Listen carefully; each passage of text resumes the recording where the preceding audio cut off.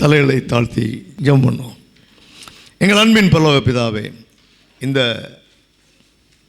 வேலையை எங்களுக்கு ஆசீர்வதித்து தரும்படியாக ஜெபிக்கிறோம். ஆராதனையிலே நீங்கள் மகிமைப்பட்டீங்க, வந்தீங்க, உமக்கு ஸ்தோத்திரம். இந்த தியான வேளையும் நீங்கள் ஆசீர்வதித்து தரும்படியாக ஜெபிக்கிறோம். நம்மளுடைய பலகீனங்கள் எல்லாவற்றையும் நீங்கள் மாற்றி பலப்படுத்தி ஆண்டவரை நீங்கள் பேசும்படியாக ஜெபிக்கிறோம். உன்னத ஆவியானவர் உம்முடைய வார்த்தைகளை எங்களுக்கு தாங்க, அடியனை மூடி மறைத்து கொள்ளுங்க. கேட்கிற உம்முடைய சத்தியத்தை, வார்த்தைகளை கவனித்து கேட்கிற ஒரு ஆர்வத்தையும் வாஞ்சியும் கொடுத்து, கவனித்து கேட்டு நீங்கள் எங்கள் இருதயமாகிய பழத்தில் எழுதும்படியாக ஒப்பு கொடுத்து, அந்த வசனத்தை விதையை காத்து கொண்டு பலன் கொடுக்கும்படியாய் காத்திருக்கிற செயல்படுத்துகிற ஒரு காரியத்தை செயல்படுத்த கீழ்ப்படிய நம்முடைய பிள்ளைகளுக்கு உதவி செய்யுங்க. எங்களை ஆசீர்வதிங்க. இயேசு கிறிஸ்துவின் நாமத்தில் ஜெபிக்கிறோம் ஜீவனுள்ள நல்ல பிதாவே, ஆமென். ஆண்டவருடைய பரிசுத்த நாமத்துக்கு துதியும் கனமும் மகிமை உண்டாவதாக. வேதத்தில் நம்ம அநேக சத்தியங்களை பார்க்கிறோம். சத்தியம் மாறாதது, நிச்சயமானது என்று பார்க்கிறோம். இந்த சத்தியங்களை நாம் அறிய வேண்டும், புரிய வேண்டும், ஏற்றுக்கொள்ள வேண்டும், செயல்படுத்த வேண்டும். அது நமக்கு பெரிய ஆசீர்வாதம் என்பதை நம்ம அறிவோம். ஆகவே இந்த மாறாத சத்தியத்தை நம்ம படிக்கும்போது ஹல்லேலூயா, அநேக சத்தியங்களை நாம் படித்து கேட்டு வந்தோம். ஆண்டவருக்கு ஸ்தோத்திரம். ஆகவே பிரியமானவர்களே, இன்றைக்கும் கூட நம்ம சென்ற வாரத்தில் கேட்ட சத்தியத்தை நினைவு கூர்ந்து இந்த நாளுக்குரிய சத்தியத்தை நம்ம பார்க்க போகிறோம். கர்த்தர் ஆசீர்வதிப்பாராக. அல்லேலூயா. சென்ற வாரத்தில் நாம் கொடுத்தலை குறித்த சத்தியத்தை குறித்து நம்ம கேட்டோம். கர்த்தர் நல்லவர். அல்லேலூயா. அவர் தம்மையே நமக்காக கொடுத்தவர். அது மாத்திரம் அல்ல, தம்முடைய ஆவி ஆத்மா சரத்தை கொடுத்தார். தமக்கென்று படைத்த உலகத்தை கொடுத்தார். அது மாத்திரமல்ல, நமக்கென்று உண்டாக்கின புதிய எருசலேமை நமக்காக ஆயத்தப்படுத்தி வைத்திருக்கிறார். கொடுப்பதிலே அவர் வள்ளல். அல்லேலூயா. ஆகவே நாமும் கூட நம்முடைய ஆவி ஆத்மா சரீரத்தை, நம்முடைய சிந்தனைகளை, பேச்சுக்களை ஏவுதலை, ஆவி என்றாலே நம்மை ஏவுகிற ஒரு வல்லமை, டிரைவிங் ஃபோர்ஸ், அது நம்முடைய பேச்சிலே வெளிப்படும்.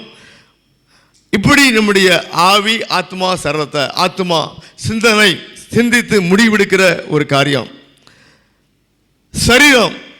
சரீரத்தில் உழைக்கிற கிரியைகள், வெளிப்பாடுகள், உழைப்புகள், இது எல்லாம் ஆண்டவருக்கு பிரியமாய் நாம் ஒப்பு கொடுக்க வேண்டும். அல்லேலூயா. அதே போல ஆண்டவருடைய ஜனங்கள் கூடுகிற சபைக்கான தேவைகளை சந்திப்பதற்கு, அல்லேலூயா, பழைய ஏற்பாடு காரியம் மாத்திரம் அல்ல, புதிய ஏற்பாட்டிலும் கூட, இன்னும் பழைய ஏற்பாட்டுக்கு முன்னாடி கூட தசம பாகத்தை, 10 பங்கை அது ஆண்டவருக்கென்று செலுத்தினார்கள் என்று பார்க்குறோம். அல்லேலூயா. நம்ம இது வரைக்கும் தசம பாகத்தை குறித்து போச்சு கிடையாது. ஆனால் கூட நிறைய பேர் போதிப்போம், எப்போ நேரம் வருமோ அதுக்கு நேரம் வச்சுருப்பார் வரும்னு சொல்லி பார்த்தோம். ஆகவே இன்றைக்கு நம்முடைய தேவை உனக்கு தெரியும். ஆலய கட்டுமானம் ஒரு மாதத்துக்கு 1,07,200 ரியால், 2,700 ரியால். தயவுசெய்து ஜெபம் பண்ணுங்க. எந்த ஒரு காரியத்துக்காகவும் ஆண்டவர் மேலே விசுவாசம் வைத்து ஜெபிக்கிற ஒரு காரியம். நம்முடைய ஆண்டவர் வாக்குத்தத்தம் பண்ணபடியே நமக்கு ஆலயத்தை கொடுத்தார். அந்த இப்படிப்பட்ட ஒரு சூழ்நிலை இல்லாட்டா கூட அவர் வாக்குத்தத்தம் கொடுத்து நமக்கு நிறைவேற்றி கொடுத்தார். அல்லேலூயா. அவர் தான் நமக்கு ஆலயத்தை கட்டித்தரணும். ஆகவே இதற்கு நம்ம என்ன பண்ணோம்? ஜெபம் பண்ண வேண்டும். அல்லேலூயா. ஆண்டவர் வாக்கு கொடுத்தாரு உண்மை, அவர் தந்தார் உண்மை. அதை பெற்றுக்கொள்ளும்படிக்கு, அனுக்கிரகம் பண்ணும்படிக்கு நீங்கள் ஜெபம் பண்ணுங்கள். அல்லேலூயா. தேவனுடைய சித்தம், தம்முடைய ஜனங்கள் கூடி ஆராதிப்பதற்கு ஒரு இடம் வேணும். அது மாத்திரமல்ல, அதனுடைய செலவினங்கள். பழைய ஏற்பாட்டில் குறிப்பாக ஆசாரியர்கள், லேவியர்கள், பாடற்குழு எல்லாருக்கும் அவங்க முழு நேரமாக பண்ணாங்க. அவர்களுக்கான ஒரு சம்பளம், அவங்களுக்கு வேறு லேண்டு அதில் போய் உழைக்கிற காரியெல்லாம் கிடையாது. ஆகவே ஆண்டவர் பொறுப்படுத்தார். ஆண்டவர் தான் அவங்களுக்கு கொடுத்தார். அதே போல் அவர்களுக்கென்று ஆண்டவர் சொல்ல, தனக்கென்று ஆண்டவர் சொன்னார். அப்படி நீங்கள் கொடுக்குற காரியம் எனக்கென்று சொல்லி அதை வாங்கி ஆசாரியர் லேவியர் அந்த ஆலயத்தின் ஊழியங்கள் தேவைகளுக்கு அவர் கொடுத்தார். ஹல்லேலூயா. ஆகவே பிரியமானவர்களே, இன்றைக்கி அநேகம் பேர் அது பழைய ஏற்பாட்டு முறை என்றும் புதிய ஏற்பாட்டில் கிடையாது என்றும் சொல்லுகிற திருட்டுத்தனமான ஆட்களை பார்க்குறோம். ஏனென்றால் இப்படி சபைக்கு கொடுத்து விட்டால் நமக்கு வராது என்கிற அநேக கள்ள ஊழியக்காரர்கள் அழைப்பிருக்காங்க. இதெல்லாம் தாண்டி நம்ம பார்த்தோம் எப்படி புதிய ஏற்பாட்டில் இயேசு கிறிஸ்து சொன்ன சம்பவத்தை குறித்து நம்ம பார்க்குறோம். இதையும் தாண்டி புதிய ஏற்பாட்டில் பழைய ஏற்பாட்டுக்கு முன்பாகவே தசமபாகத்தை குறித்து அங்கு நம்ம பார்க்க முடியும். ஹல்லேலூயா. எப்படி அங்கு ஆண்டவருடைய தாசன் ஆபிரகாம் அவரோடு கூட அவருக்கு தசமபாகத்தை கொடுத்த இந்த ஒரு காரியத்தை நம்ம பார்க்க முடியும். பிஃபோர் நியாய பிரமாணம் எபிரேயர் 7:2 வாசிக்கலாம், 7:4 வாசிக்கலாம். எபிரேயர் 7:2, 7:4. சரி, இது பாருங்க பழைய ஏற்பாட்டுக்கு முன்னால இவனுடைய முதற் பேராகிய மெல்கிதேசுக்கு என்பதற்கு அது யாருக்கு கொடுத்தார்? மெல்கிசேதேக்கு என்பவருக்கு. இந்த மெல்கிசேதேக்கு யாரு அப்படின்னா அவருக்கு வரலாறு கிடையாது, வம்ச வரலாறு கிடையாது, அம்மா அப்பா யாரும் தெரியாது, அவருடைய பரப்பு தெரியாது, மரம் தெரியாது. ஆனால் அவர் உன்னதமான தேவனுடைய ஆசாரியன், ஒரு அரசனாக இருந்தார். அப்போது அவர் கிறிஸ்து இயேசுவுக்கு ஒப்பானவராக, தோற்றமும் முடிவும் இல்லாதவராக, தெய்வத்திற்கு ஒப்பான ஒரு மனுஷராக, ராஜாவாக அவர் இருந்தார். அப்போது ஆபிரகாம் அவருக்கு தான் சம்பாதித்த எல்லாவற்றையும் தசமபாகத்தை கொடுத்தார். அது மாத்திரமல்ல, பழைய ஏற்பாட்டில் அங்கு லேவியர் என்று சொல்லக்கூடிய ஆசாரிய வழி வம்சத்தார் கூட அப்போ இல்லை. ஆனால் அவங்க ஆபிரகாம் மூலமாக வந்தாங்க. அப்போது அவங்க கூட இந்த ஆசாரியனாகிய மெல்கிசேதேக்கு கொடுத்தார்கள் என்று சொல்லி பவுல் சொல்லுவதை பார்க்குறோம். இந்த 4 வசனம் இவன் எவ்வளவு பெரியவனாய் இருக்கிறான் பாருங்கள். கோத்திர தலைவனாகிய ஆபிரகாம் முதலாய் கொள்ளையிடப்பட்ட பொருள்களின் இவனுக்கு தசமபாகம் கொடுத்தான். கொள்ளையிட்டு கொடுக்கல, ஆக்சுவலி ஆபிரகாமுக்கு எதிரி இருந்தாங்க, யுத்தம் அவங்க தான் பண்ணாங்க. ஆபிரகாம் அவனை ஜெயித்தார், ஏன்னா கர்த்தரோட இருந்தார். அதனால அவங்ககிட்ட இருந்து கிடைத்த பாத்திர காரியங்களில் அவர் தசமபாகத்தை கொடுத்தார். சரி, அப்போது நம்ம பார்க்கும்போது இப்படி இந்த கர்த்தருடைய ஊழியம் இப்படியாக ஆலயத்தின் தேவைகள், ஆலயத்தின் நியமங்கள் நடக்கும்படியாக அங்கே தேவன் நியமித்து வைத்திருந்தார். லேவியராகமம் 27:30 வாசிக்கலாம். தேசத்திலே நிலத்தின் வித்திலும் விருட்சங்களின் கனியிலும் தசமபாகம் எல்லாம் கர்த்தருக்கு உரியது. யாருக்கு உரியது? கர்த்தருக்கு உரியது. ஹல்லேலூயா. ஒருவேளை பழைய ஏற்பாட்டு முறைனா ஆசிரியருக்கு கொடுத்தாரு, பழைய ஏற்பாட்டு முறைனா பாஸ்டருக்கும் கொடுப்பாங்க, இப்போ கொடுக்குறாங்க. ஹல்லேலூயா, ஸ்தோத்திரம். அப்போ நம்ம இங்கே வேலை பார்க்குறோம், நம்ம பிழைப்புக்காக ஊழியம் செய்யலை. இது வரைக்கும் இத்தனை வருஷம் நீங்கள் காணிக்க கொடுங்க கேட்டது கிடையாது. இது வரைக்கும் ஆண்டுடைய கருவியில் அப்படியே போயிட்டு இருந்தது. ஆனால் ஏற்ற விலையில் இப்பொழுது புதிதாக ஆலயம் கட்ட வேண்டும் என்றால் நம்ம சாதாரணமாக கொடுக்குற காணிக்கை வச்சு கட்ட முடியாது. ஆகவே இந்த காரியத்தில் இந்த தசமபாகம் என்பது ஆண்டவருக்கென்று கொடுக்க வேண்டிய ஒரு காணிக்கை. அல்லேலூயா. ஆண்டுடைய ஆலயம் கட்டப்படும்படியான காணிக்கை. இப்படிப்பட்ட ஒரு காரியத்தில் நமக்கு ஒரு தெளிவு வேணும், சம மக்களுக்கு ஒரு தெளிவு வேணும். அந்த தெளிவை பெற்றுக்கொண்டு இந்த தசமபாகம் கர்த்தருக்கு உரியது. அது மாத்திரமல்ல, உபாகமம் 8 பரிசுத்தமானது. கூட இன்னொன்று வாசிடுங்க, கர்த்தருக்கு உரியது, அது பரிசுத்தமானது. உபாகமம் 8:17 வாசிக்கலாம். உபாகமம் 8:17. என் சாமர்த்தியமும் என் கை பலனும் நான் சம்பாதித்த இந்த ஐஸ்வர்யத்தை சம்பாதித்து தந்தது என்று இருதயத்தில் நினைக்க கூட செய்யாத. அல்லேலூயா. ஏன்? எனக்கு அறிவு இருக்கு, எனக்கு ஞானம் இருக்கு, எனக்கு பலன் இருக்கு. ஆகவே நான் இந்த சம்பாத்தியத்தை சேர்ந்து சொல்லாதபடிக்கு எச்சரிக்கையாக இருந்து, அடுத்தது உன் தேவனாகிய கர்த்தரை நினைப்பாயாக, அவரே உன் பிதாக்களுக்கு ஆணையிட்டு கொடுத்த தம்முடைய உடன்படிக்கையை உறுதிப்படுத்தும்படிக்கு இந்த நாளில் உனக்கு உண்டாயிருக்கிறது போல ஐஸ்வர்யத்தை, எல்லா விதத்திலும் வருமானத்தை சம்பாதித்திற்கான பலனை உனக்கு கொடுக்கிறவர். அல்லேலூயா. ஆகவே தசமபாகம் ஆண்டுக்கு உரியது, அது பரிசுத்தமானது. ஏனென்றால் நான் சம்பாதிக்கும்படியான பெரிய கிருபைகளை என் ஆண்டவர் தான் கொடுத்தார், கர்த்தர் தான் கொடுத்தார். அதில் 10ல் 1 பங்கு அவருக்கு உரியது. அது அவருக்கென்று சொல்லி வாங்கி தன்னுடைய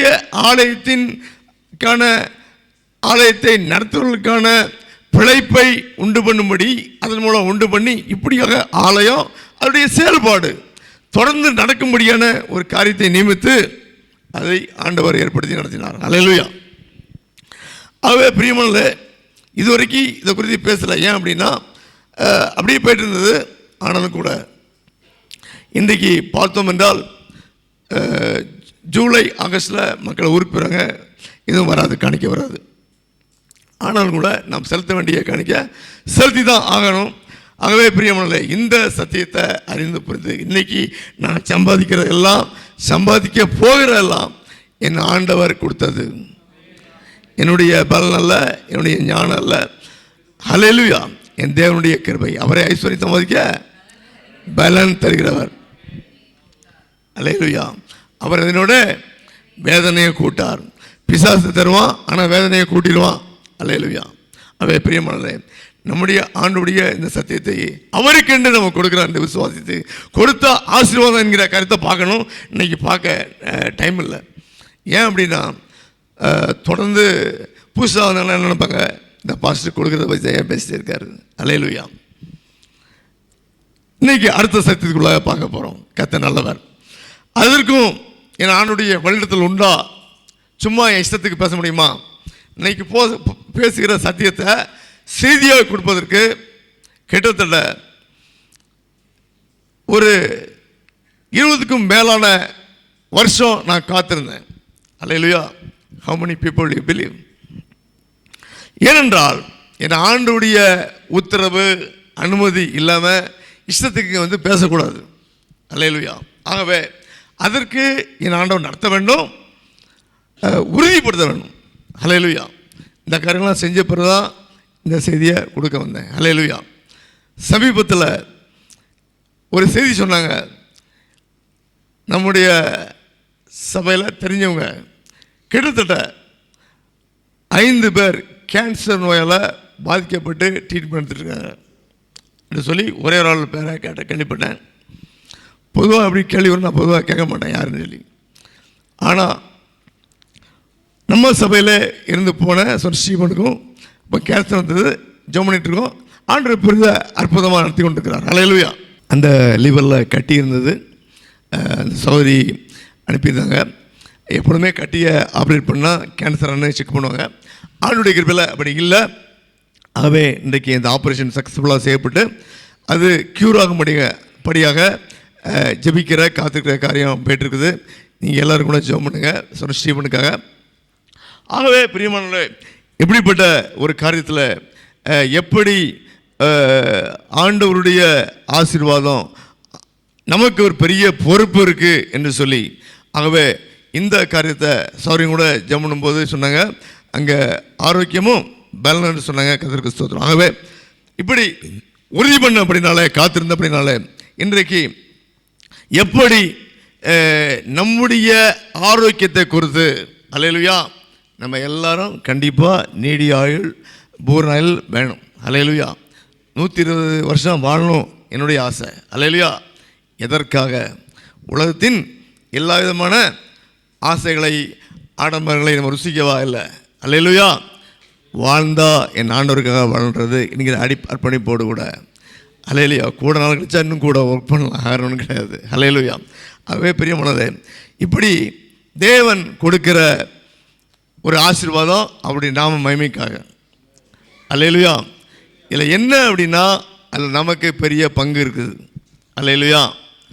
சாதாரண பங்கு இல்லை, பெரிய பங்கு. நம்ம நல்லா இருந்தால் தான் அவனுக்கு நல்லா உழைக்க முடியும். ஆனால் இந்த உலகத்தில் நம்ம பார்க்கும்போது இன்றைக்கி எப்படி இருக்குதா? இந்த கேன்சர் வந்த ஆட்கள்லாம் பெரிய பாவிகளா? அல்லேலூயா. இது ஆண்டவர் காலத்தில் உள்ள பெரிய கொஸ்டின். அன்றைக்கு சிலோவமில் ஒரு பெரிய கோபுரம் இடிஞ்சு 10 பேர் செத்து போயிட்டான். எல்லாம் என்ன நினச்சாங்க? இவன் என்ன பாவம் செஞ்சவனோ ஆண்டவர் கேட்டாங்க. நேற்று ஆண்டவர் தெளிவுபடுத்தினார். அல்லேலூயா. இவங்க செஞ்ச பாவத்தினால இல்லை. பிறகு எப்படி இந்த உலகம் பிசாசுகள் இருக்குது. அல்லேலூயா. இது சாதாரண சத்தியம் கிடையாது. ஆகவே இந்த உலகம் பிசாசுகள் இருக்கிறதுனால உன் ஆண்டவரை சார்ந்து வாழு. எல்லாம் பெரிய மாய. நல்லவனுக்கு இருந்த மாதிரியே கெட்டவனுக்கு நடக்குது. என் ஆண்டவர் பார்க்கலையா? என் ஆண்டவர் பார்க்காம இல்லை. அல்லேலூயா. இந்த பொல்லாத உலகத்தில் தப்பிக்கணும்னா உன் ஆண்டவர்கிட்ட வா, அவரை சார்ந்து சொன்னபடி வாழு. அல்லேலூயா. இதை விட்டுட்டு கேள்வி கேட்டுருக்கக்கூடாது. ஆண்டோட கேள்வி கேட்கறதுக்கு நமக்கு எந்த அறிவும் கிடையாது. ஆனால் நம்மளுடைய அறிவுண்மை, சத்தியத்தை பற்றி அறிவுண்மை, நம்ம கேள்வி கேட்போம். நானே கேட்டிருக்கேன், ஆண்டவர் எனக்கு எவ்வளோ துன்பம், உலகத்தில் பாவி படுவோயெல்லாம் எவ்வளோ நல்லா இருக்கானு என்று சொல்லி. ஏன் எப்பவும் கேட்டேன், ஆனால் சத்தியத்தை அறியாத வரைக்கும். அல்லேலூயா. சத்தியத்தை அறிஞ்சப்புறம் தான் தெரிஞ்சது என்னோட ஆண்டோடைய அன்பு எவ்வளோ பெரியது. ஜீவனை கொடுக்குற அன்பு, நம்முடைய பாவங்களை சிறுதில் ஏற்றுக்கொண்ட அன்பு. அல்லேலூயா. எல்லாம் அறிஞ்சு மன்னிப்பு கேட்டேன். ஆண்டவரே தெரியாமல் சொன்ன காரியம்லாம் பண்ணிங்க. அல்லேலூயா. ஸ்தோத்திரம். ஆகவே பிரியமானல, இப்படி உலகம் இருக்கிறதுனால நம்ம ஆண்டவரை சார்ந்து வாழ்கிற ஒரு வாழ்க்கை நமக்கு மிக மிக அவசியமாக இருக்கிறது. இப்படி இருக்கிற காரியத்தில் ஸ்தோத்திரம் வாசிக்கலாம். நீதிமொழிகள் 8:14 வாசிக்கலாம். ஆலோசனையும் மெய்ஞானமும் என்னுடையவைகள், நானே புத்தி வல்லமை என்னுடையது. சங்கீதம் 103:10 வாசிங்க. சங்கீதம் 103:10. அப்போது நம்ம என்ன நினைக்கிறோம், பொதுவாக இப்படிப்பட்ட நோய் வந்தால், பலகீனம் வந்தால், அது யாரெல்லாம் வந்தது, அந்த மனுஷனுடைய பாவத்தால் வந்து நினைக்கிறோம். சங்கீதம் 103:10 என்ன சொல்லுது வாசிங்க. அவர் நம்முடைய பாவங்களுக்கு தக்கதாக, அவர் நம்முடைய பாவங்களுக்கு தக்கதாக, கைவித்தாலே சொல்லலாமா, நமக்கு செய்யாமலும் நம்முடைய அக்கிரமங்களுக்கு தக்கதாக, நம்முடைய அக்கிரமங்களுக்கு தக்கதாக நமக்கு சரிகட்டாலும் இருக்கிறார். அல்லேலூயா. என்ன அர்த்தம்? அவர் சரிகட்டா நம்ம தாங்குவோமா? அல்லேலூயா. அவர் சரிகட்டா நம்ம தாங்க முடியாது. ஆனால் நம்ம நினைக்கிறோம், நமக்கு வர்ற எல்லா துன்பத்துக்கும் அது அடுத்தவனுக்கு, நம்மளை பற்றி நினைக்க மாட்டோம். ஆனால் அடுத்தவனுக்கு வர்ற துன்பம், அடுத்தவனுக்கு வர்ற நோயெல்லாம் யார் காரணம்? அவங்க பாவம்தான் காரணம் என்று சொல்லி நினைக்கிற அந்த காரியத்தை மாற்றிக்கொண்டு ஆண்டவர் நமக்காக பொறுத்திருக்கிறார் என்கிற ஒரு காரியத்தை அறிந்து நம்ம இந்த நாளில் நம்ம ஆண்டவரை சார்ந்து வாழ்கிற ஒரு வாழ்க்கைக்குள்ளாக நம்ம வர வேண்டும். அல்லேலூயா. சரி, நமக்கு பலவீனம் வருது, நிறைய காரியங்கள் இருக்குது. அப்போ இந்த காரியத்தை பார்த்து எதில் நமக்கு அதில் ப்ராப்ளம் இருக்கோ அந்த காரியத்தை மாற்றுவதற்கு நம்ம ஜெபிக்கணும், ஆண்டுடைய உதவியை நாடணும், நம்ம மாற்றிக்கொள்ள வேண்டும். அல்லேலூயா. எபேசியர் 5:29 வாசிக்கலாம். தன் சொந்த மாம்சத்தை பகைத்தவன் ஒருவனும் இல்லையே, கர்த்தர் சபையை போஷித்து காப்பாற்றுகிறது போல ஒவ்வொருவரும் தன் மாம்சத்தை போஷித்து காப்பாற்றுகிறான். சபையை போஷித்து காப்பாற்றுகிறார்.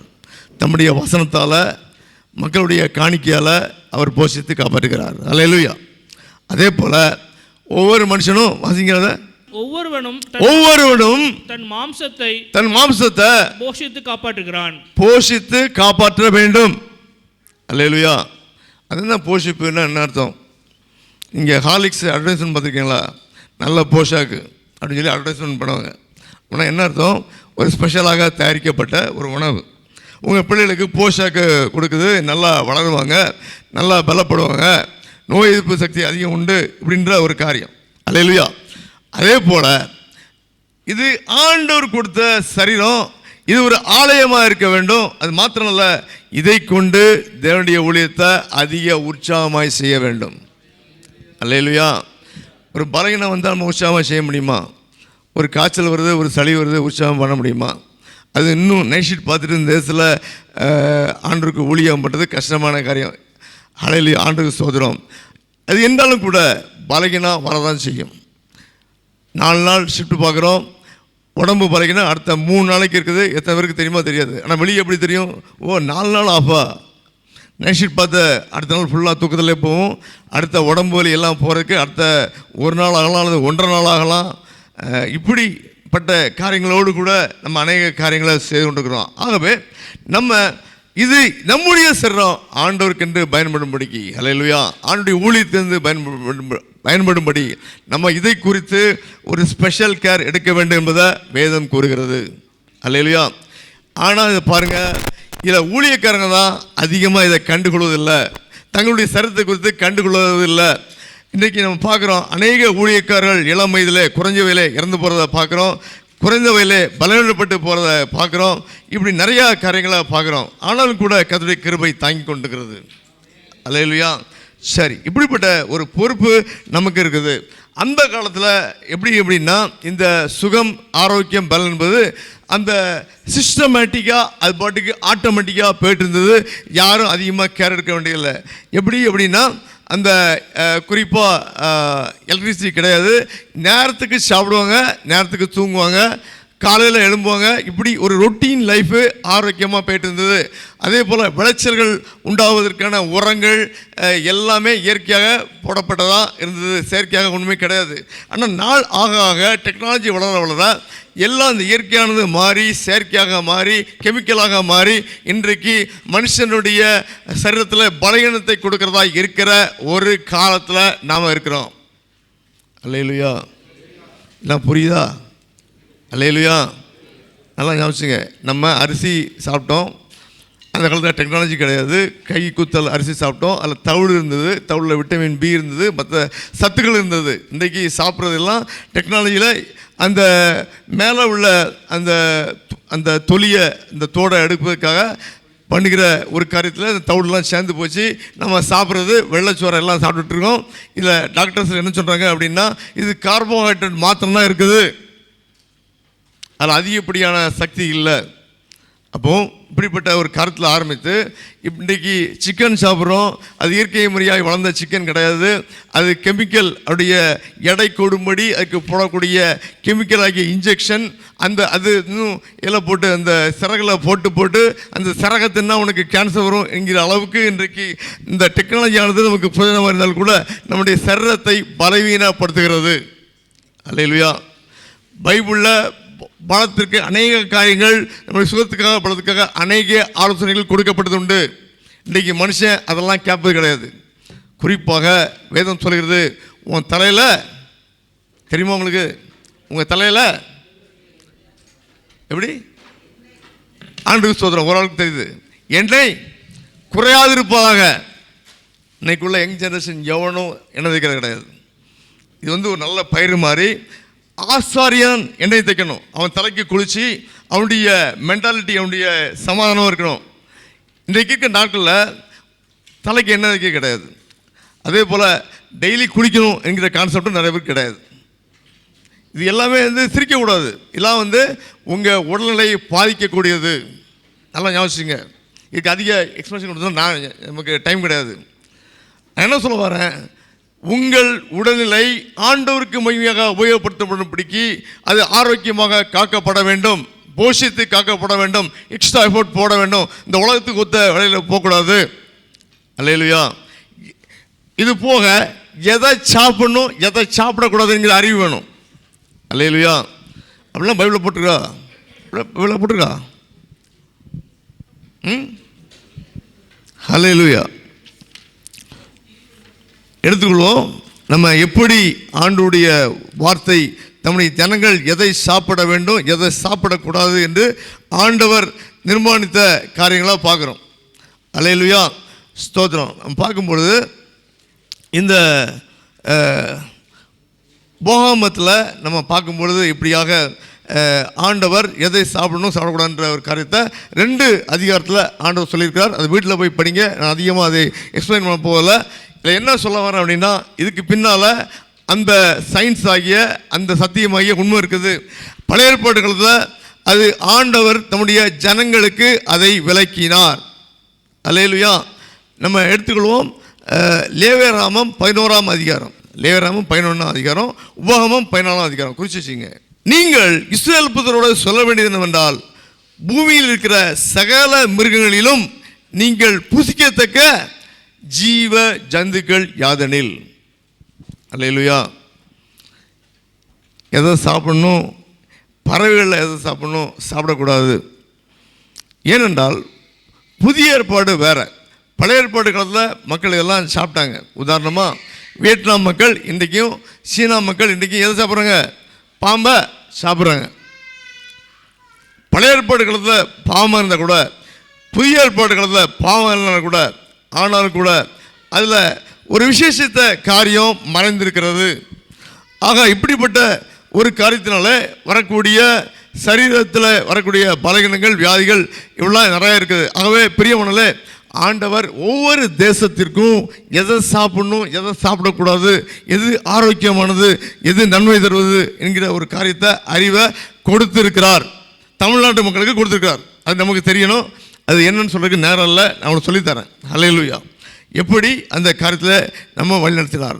இப்போ நமக்கு ஆண்டுடைய பிள்ளைகளுக்கு எல்லாவற்றிலும் ஆண்டவரை முன்னிறுத்துகிற ஒரு காரியம் அவசியம். ஆண்டுடைய பிள்ளைகளுக்கு தேவை மனுஷன் அப்பத்தினால் மாத்திரம் இல்லை, வாயிலிருந்து புறப்படுகிற ஒவ்வொரு வார்த்தையினாலும் பிழைப்பான். ஹல்லேலூயா. அப்போ எது முக்கியம்? ஃபர்ஸ்ட் ப்ரியாரிட்டி ஆண்டுடைய வார்த்தை முக்கியம். கைவித்தாலே சொல்லம்மா. டெய்லி ஆண்டுடைய வார்த்தையை உட்கொள்ளணும், சாப்பிடணும், மனப்பூர்வமாய் ஏற்றுக்கொள்கிற ஒரு காரியம் மிகவும் முக்கியம். ஹல்லேலூயா. சரி, அப்போ ஆண்டுடைய வாழ்க்கையில் அவர் 40 நாள் உபவாசம் இருந்தாங்க. ஆண்டவருடைய வார்த்தை, அவரே வார்த்தையானவர். ஹல்லேலூயா, ஸ்தோத்திரம். மோசையை பார்க்குறோம், 40 நாள் உபவாசம் இருந்தார். தண்ணி இல்லை, என்ன இல்லை, சாப்பாடு இல்லை, 40 நாள் உபவாசம் இருந்தார். அவன் பிரியமானது பரலோகத்தில் போகும்போது அங்குள்ள உணவு, ஆண்டவர் வச்சுக்கிற உணவு அது இருக்கட்டும், அதை பற்றி கவலைப்பட வேண்டாம், அதில் நமக்கு தருவார். நமக்கு தெரிய வேண்டியது என்ன, இந்த உலகத்தில் இருக்கிற நாட்களில் இந்த சரீரத்தை தேவ மகிமைக்காக, தேவனுடைய ஊழியத்துக்காக அதை உற்சாகமாக செய்யும்படி, தொடர்ந்து செய்யும்படி, முழு பலத்தோடு செய்யும்படி இந்த சரீரத்தை நான் போஷித்து காக்க வேண்டிய ஒரு பெரிய பொறுப்பு எனக்கு இருக்குது என்பதை அறிந்து கொள்வது முதலாவது காரியமாக இருக்கிறது. அல்லேலூயா. நம்ம மக்கள் எப்படி இருக்காங்களா? எனக்கு பிடிச்சதான் சாப்பிடுவேன், எனக்கு டேஸ்டாக தான் சாப்பிடுவேன். சின்ன வயசுலேருந்து எல்லாம் வர ஆரம்பிச்சிட்டு சிக்கன் தான் சாப்பிடுவேன், சிக்கன் இல்லாமல் சாப்பிடவே மாட்டேன். பிள்ளைகள் அப்படி வளர்க்குற காரியங்களை பார்க்குறோம். ஒரு பேப்பரில் சிக்கன் எழுதி கொடுங்க, என் பையன் அதை கூட சாப்பிடுவான். அப்படிப்பட்ட கமெண்ட்லாம் இருக்குது. நான் என்ன சொல்ல வரேன் பிரியமானதே, இந்த நோய்கள் பலகீனங்கள் அதிகமாக பெருகிக்கொண்டிருக்கிற அப்படின்னாலே என்ன காரியம், இது பாவத்தினால. அதுக்கு ஒரு பழமொழி நல்லா சொல்லுவாங்க, அதுக்குரிய வசனத்தையும் சொல்கிறேன். பிகினும் குறையணும் சொல்லுங்கள், பிகினும் குறையணும். அப்புறம் என்ன அர்த்தம்? தேவையான சாப்பாடு குறைஞ்சாலும் நோய் வரும், கூண்டாலும் நோய் வரும். அல்லேலூயா. இப்போ நம்ம பார்க்கும்போது நம்முடைய உடலுக்கு நிறையா சத்துக்கள் தேவை. நம்ம கார்போஹைட்ரேட் மட்டும் சாப்பிட்றதுனால, நம்முடைய பணக்காரனால இன்றைக்கி இந்தியாவில் குறிப்பாக தமிழ்நாட்டில் அதிக சர்க்கரை நோய் வியாதிக்காரர்களாக இருக்காங்க. வடநாட்டுக்காரனால கொஞ்சம் கோதுமை சாப்பிட்றான். சவுத் இந்தியா ஆட்கள் அவங்க அதிகமாக இந்த பட்டை தீட்டப்பட்ட அரிசியை வெள்ளைச்சோரை சாப்பிட்றனால அவனுக்கு இந்த மாதிரி பாதிப்பு.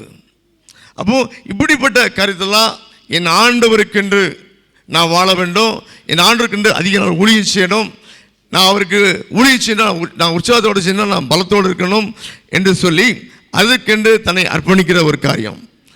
அல்லேலூயா. ஆகவே இப்படிப்பட்ட ஒரு காரியத்தில் நாம் நம்முடைய பிள்ளைகள் இன்னும் அநேக ஆலோசனை உண்டு, இதெல்லாம் சொல்லக்கு நேரம் இல்லை. ஆனால் நமக்கு இன்றைக்கி இந்த படிக்க வேண்டிய சத்தியம், இந்த உலகத்தில் நோய் நொடி இல்லாமல் வாழ்வதற்கு இது என் ஆண்டவர் தண்டித்தார்னா எப்பவுமே பேர் போனோம். ஆனால் என் ஆண்டவருடைய தண்டிப்பு இல்லை, அவர் நீடிய பொறுப்பு உள்ளவர். ஆனால் எனக்கு இருக்க பொறுப்பு இருக்குது என்று சொல்லி என்ன அர்ப்பணிக்கிறேன். நான் சோக்காக மட்டும் சாப்பிட மாட்டேன், என் சரீரம் நல்லா இருக்கும் என்று சொல்லி நான் எந்தெந்த சத்து எனக்கு தேவையோ அதெல்லாம் சாப்பிடுவேன் என்கிற அர்ப்பணிப்பு நமக்கு வேணும். ஆகவே பிரியமான இந்த அர்ப்பணிப்பு இல்லாதனால தான் எனக்கு வேண்டியது பிரியமான டேஸ்டாக மட்டும் தான் சாப்பிடுவேன், மற்றெல்லாம் சாப்பிட மாட்டேன். பாவைக்காய் கசப்பு தான் உடம்புக்கு தேவை, நல்லது. அப்போ நம்ம இப்படி அநேக ஆண்டு உண்டு பண்ணி அநேக காரியங்கள் எனக்கு பிடிக்கிறதா கூட நான் கத்தருக்கென்று சாப்பிடுவேன். அல்லேலூயா. எதுக்காக? கத்தருடைய நாம மகிமைக்காக சாப்பிடுவேன். இன்றைக்கி நிறையா பலகீனங்கள் உலகத்தில் வருது, அது பாவத்தினால வந்ததில்லை. ஆனால் இதற்கு காரணமான ஒரு அறிவு எனக்கு வேண்டும், அதன்படி நடக்கிற ஒரு தெளிவு வேண்டும்.